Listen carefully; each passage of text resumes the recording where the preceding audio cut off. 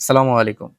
আমি বর্তমানে আছি লিবিয়াতে। একটা ছোট্ট কোম্পানিতে ছোট্ট পরিসরে একটা চাকরি করতেছি। এবং আমি গরুর খামার দেওয়ার চিন্তা করতেছি ১ম ভিডিওতে বলেছি আমি। এবং তারপর অনেকেই বলতে পারেন যে, "আপনি তো এখন বর্তমানে বিদেশে চাকরি করতেছেন। তাহলে হঠাৎ গরুর খামার দেওয়ার চিন্তা কেন করতেছেন?" আজকে সেই গল্পটাই আপনাদের বলব। দেখেন একটা জিনিস কি বিদেশে চাকরি করলে রিজিকটা পাচ্ছি আলহামদুলিল্লাহ।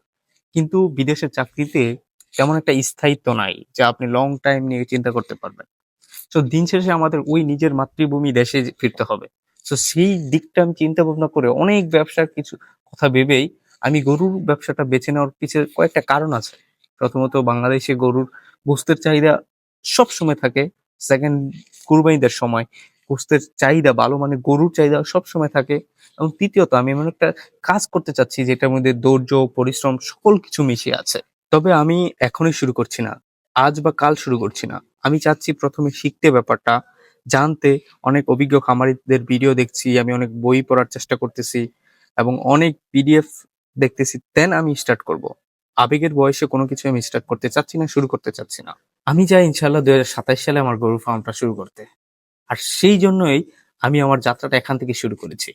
আপনাদের কাছে কি মনে হয় আমি বিদেশ থেকেও পরবর্তীতে গিয়ে আমি গরুর খামার দিলে কি এটা ভালো হবে? আপনারা দয়া করে কমেন্ট করে জানাবেন। এবং আমার যাত্রাটা যদি আপনাদের সাথেও ভালো লাগে, আপনারা যদি এটা জানতে চান আমার যাত্রার সম্পর্কে, তাহলে দয়া করে একটা সাবস্ক্রাইব করে যাবেন আমার চ্যানেলটা।